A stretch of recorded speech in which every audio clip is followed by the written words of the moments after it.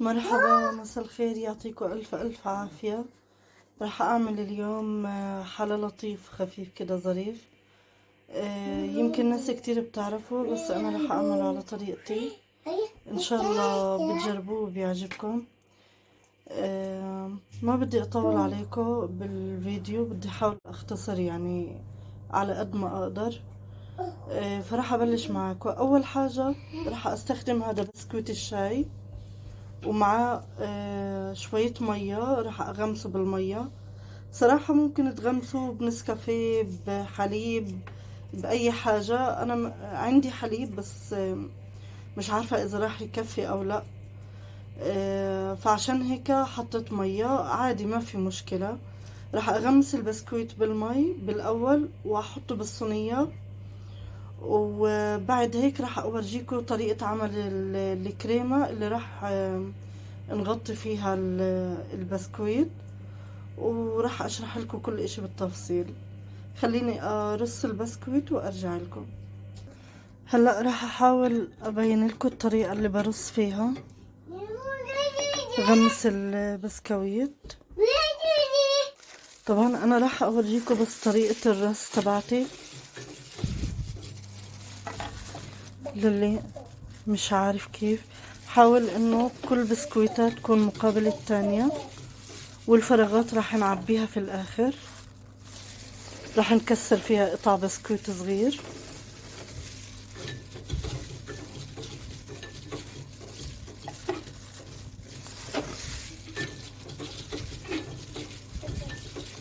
انا هاي المرة راح اعملها راح اعمل الطبقة الاخيرة منها بجيلي البرتقال. انا حابة هيك هاي المرة.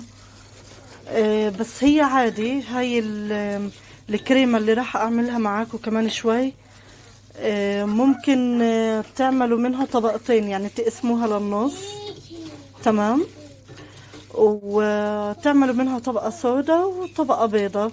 بالاول طبعا راح تصبوا الطبقة البيضة، وبعدين بتصبوا الطبقة طبقة الكاكاو. طبعا انا راح اورجيكم كيف. هلا لو بدكم تعملوا طبقة كاكاو بالاخر راح تضطروا انه تصبوا نص كمية الكريمة بالاول،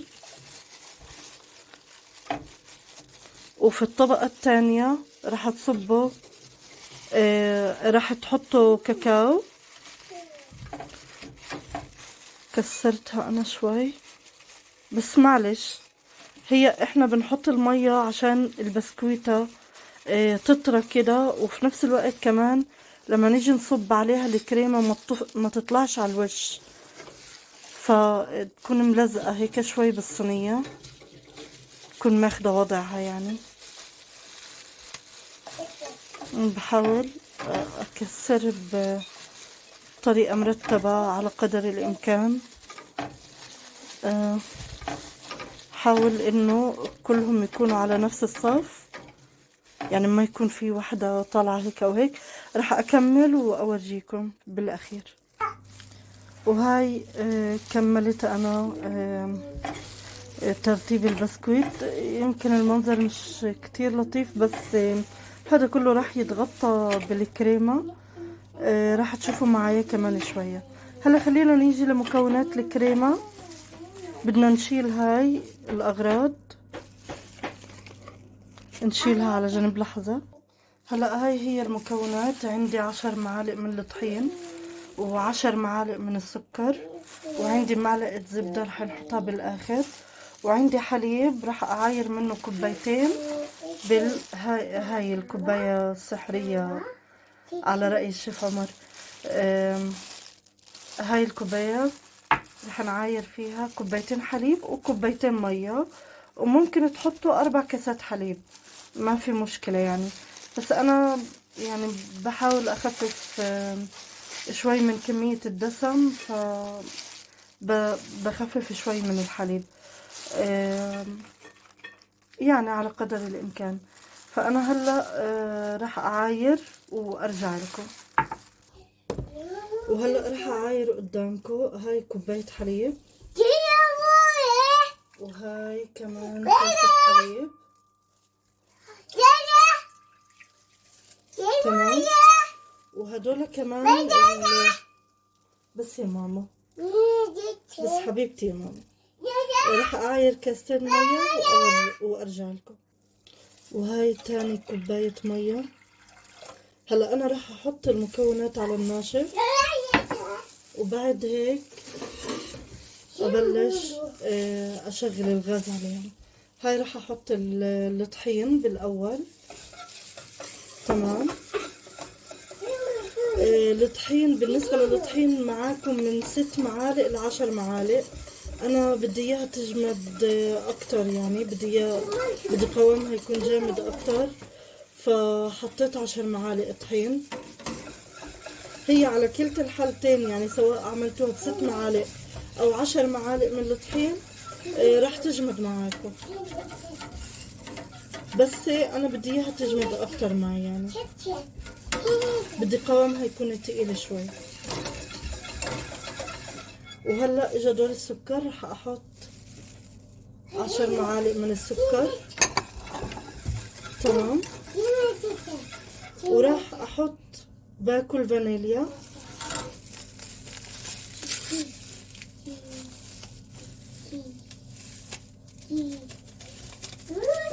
ممكن تحطوا مستكة، ممكن تحطوا ماء ورد، بس طبعا اذا بدكم تحطوا ماء ورد رح تحطوه اخر اشي، يعني بعد ما تنزلوها من على الغاز.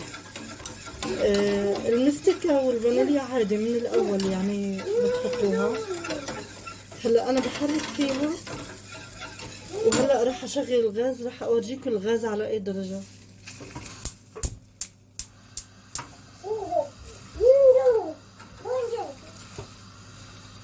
رح نظبط عيار الغاز.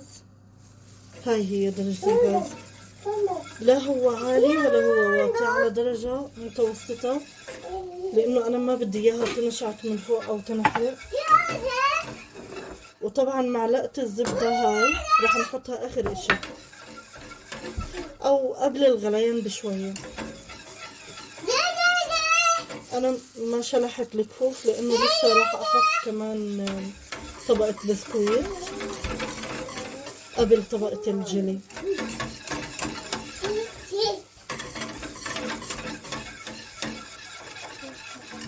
رح نضل نحرك شوي لغاية ما تغلي ويتقل قوامها، يصير مثل قوام المهلبية او المحلاية عند السوريين، ما بعرف بيختلف تسميتها يعني من بلد للتانية.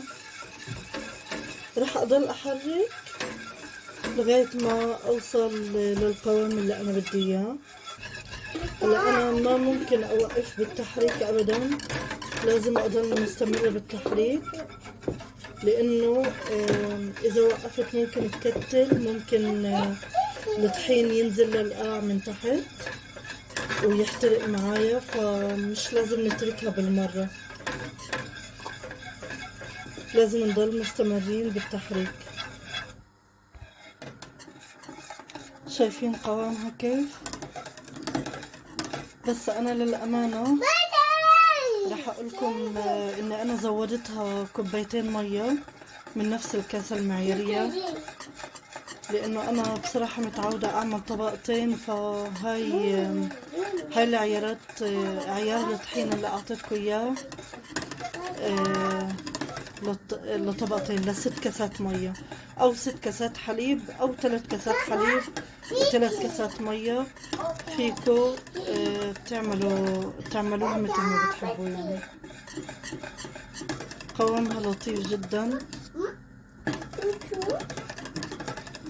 وفيكو تقللوا كمية الطحين، ممكن تعملوه ب5 معالق طحين او 6 معالق طحين و4 كاسات مية.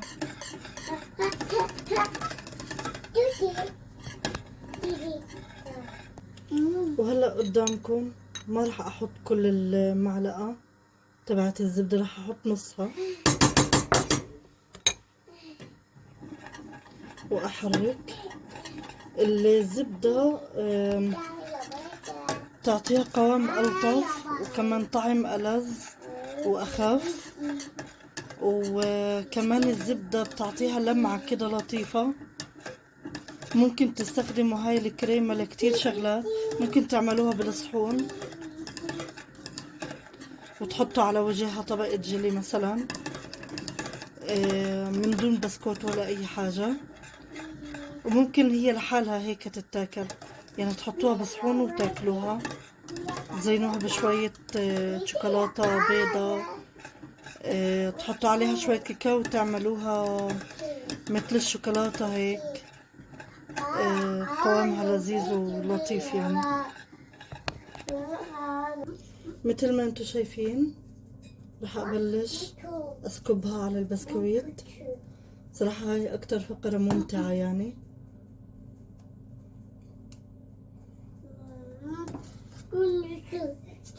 شايفين قديش قوامها تقيل. اللي ما بده اياها بهذا التقل يا جماعة يعملها بكمية اقل من الطحين. انا عملتها ب10 معالق طحين، فانتو فيكو تقللوا كمية الطحين ل5 معالق او 6 معالق. هاي الصينية حجم وسط، شايفين كيف تنفرد معايا بكل سهولة. هلا انا ما راح ازود منها اشي، يعني ما راح اخلي منها اشي، كلها راح احطها. منيح اللي زودت مي، هيك الكمية مناسبة. شايفين كيف بتجمد معانا، بتجمد وانا قاعدة بسكب فيها. مجرد ما يطلع منها البخار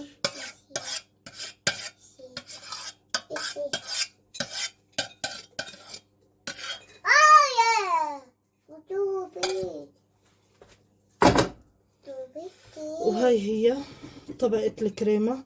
هلا راح اصفط طبقة بسكويت، راح ارجع البس الكفوف مرة تانية. هاي الكفوف لسه نظيفة يعني. احط اللاستيك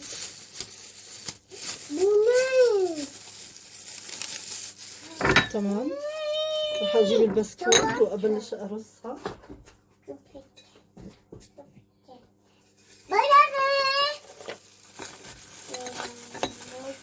هلا يا جماعة انا استخدمت علبتين من البسكويت. هذا بسكويت الشاي، بس كانوا ناقصين شوي، يعني تقريبا بيطلع علبة ونص.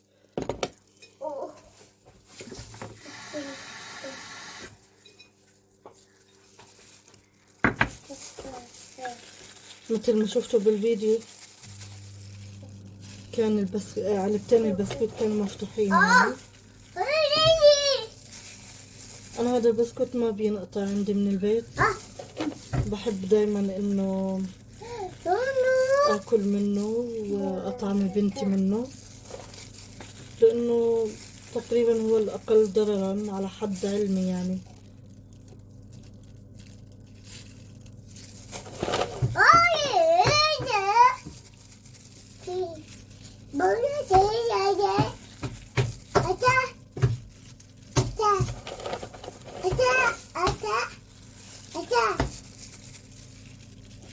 انا بحب دايما اغمس البسكويت بالمية، لانه ما بدي اياه ياخد طعم لا نسكافيه ولا حليب ولا اي اشي، لانه هو اصلا اوريدي يعني من مكونات الحليب، فما بحب اغمسه بحليب برضو. بحس انه طعمه بالمية لما يعني اغمسه بالمي بحس انه البسكويت بيضل محافظ على طعمه، يعني بستمتع بكل معلقة فيه يعني. بحس بطعم البسكويت نفسه،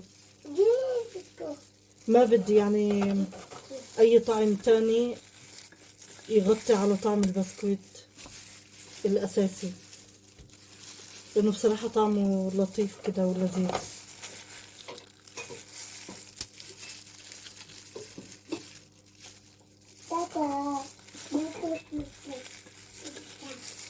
هنا بس يا ماما ما راح ازود كتير في حكاية البسكويت المكسر وكده، اني بدي احاول اني احافظ على المنظر قدر الامكان، بس في النهاية راح يتاكل يعني، مش هالفرق الكبير يعني. لانه عندي انا جيلي البرتقال لونه فاتح، فراح يبين طبقة البسكويت، راح تبين من تحته. هلا راح اعمل الجيلي، راح اشيل الصينية هاي على جنب واعمل طبقة الجيلي معاكم. وهلا اجينا احنا للجيلي. انا حطيت الجيلي بالصحن تبعه، وهلا راح اصب عليه المية. المية بتغلي، راح اخد كوبايتين من هاي الكاسة، نفس الكاسة اللي عايرنا فيها.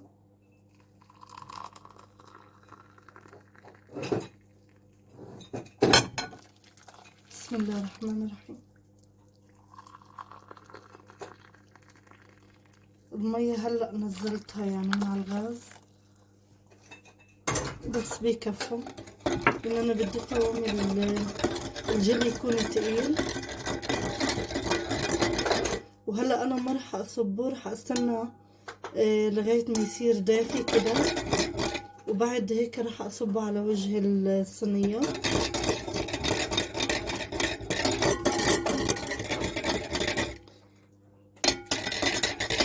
حركته كتير منيح، الريحة عن جد بتشهي. وعندي للتزيين هاي شوكولاتة بيضة، دوائر شوكولاتة بيضة، رح أصفطهم هيك بشكل عشوائي.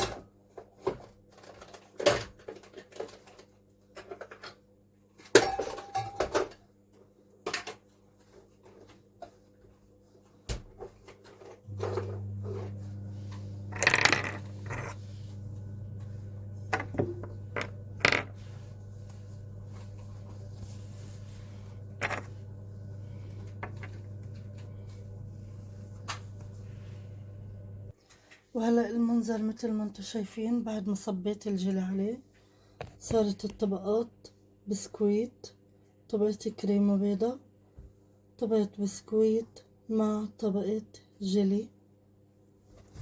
هلا هذا المنظر كله راح يتغطى بعد التزيين، يعني ما راح تشوفوا هيك المنظر. هلا راح ازينه بالشوكولاتة وتشوفوا كيف. وهاي الشكل بعد ما زينتها بالشوكولاتة البيضاء. وهلأ راح ازينها بصوص الفراولة، وهيك صار المنظر النهائي. وان شاء الله صحتين وهنا. وهاي تاني يوم بعد ما طلعناها من الثلاجة، شايفين كيف 3 طبقات متماسكين في بعض.